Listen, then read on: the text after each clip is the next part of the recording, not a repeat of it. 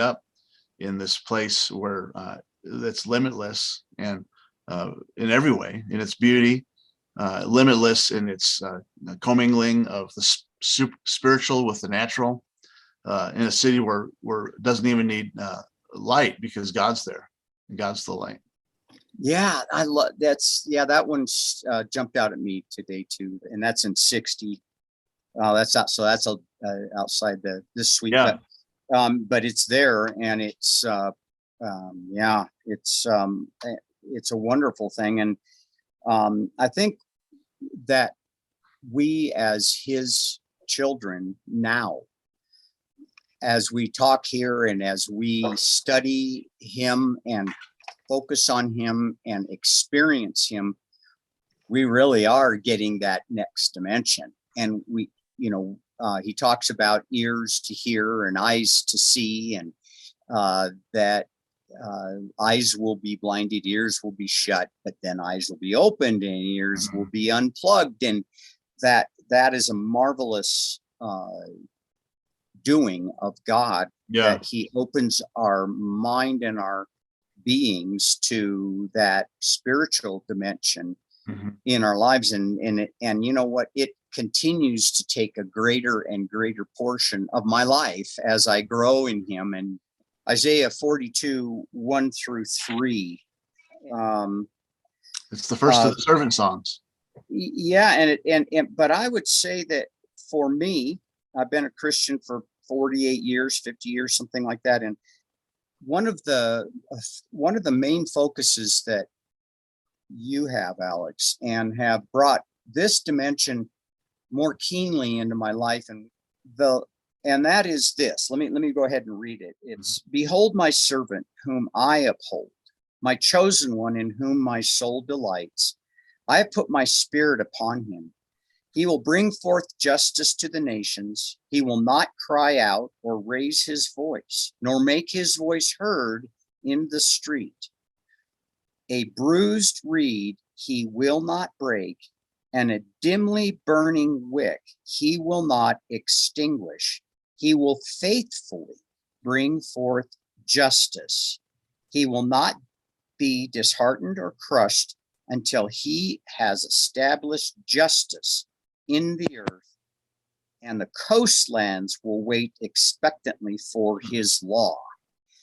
And that aspect of not snuffing out a smoking wick and a bruised reed, and we don't, in our culture, we don't know much about reeds, but reeds in Israel they're big. They're big enough to make a walking stick, and they're wonderful walking sticks because they're hollow, they're light, and yet they're sturdy by their structure. They have a very hard exterior, and that shell, so to speak, gives them rigidity for you. When you start to fall, you put your stick down, boom, you get caught. Well, if you would bump into that reed, bruise it, what happens is, and if you didn't know it and you get in a rough place and you put that thing down, where that bruise is, it snaps. Wow. And that makes this shell of spikes that can be driven into your hand or your arm. And that the Lord has that in understanding of the human heart, and that scripture is obviously prophetic regarding Jesus. That's who this is about, but it's also prophetic about us who are filled with the Spirit. And when we get a hold of that truth, that the bruised one, we do not stress. The smoldering wick, we don't stomp out, but we, in the one way, we heal that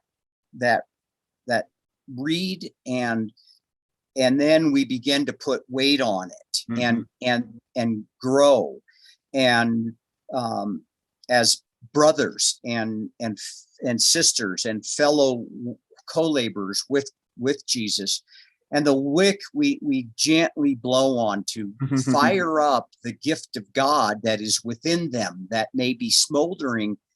Another analogy Paul makes about a fire, but we blow on that wick, you can just see it start to glow, and then the fuel that it's sunk in starts to feed up and flame.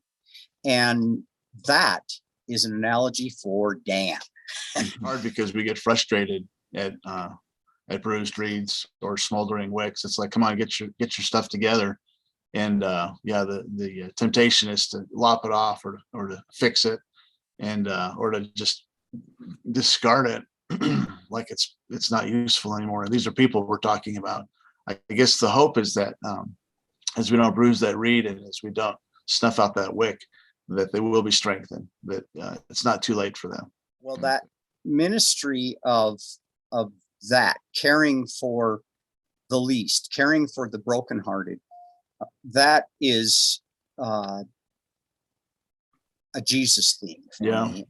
And I'm glad to be here as a brother and as a parishioner, if you will, As a shepherd.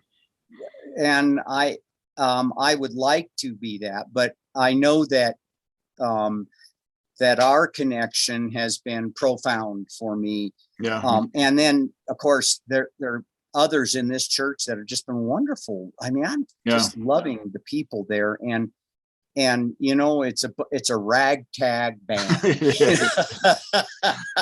Makes me think of Battlestar Galactica, all these ragtag ships trying in exile, trying to get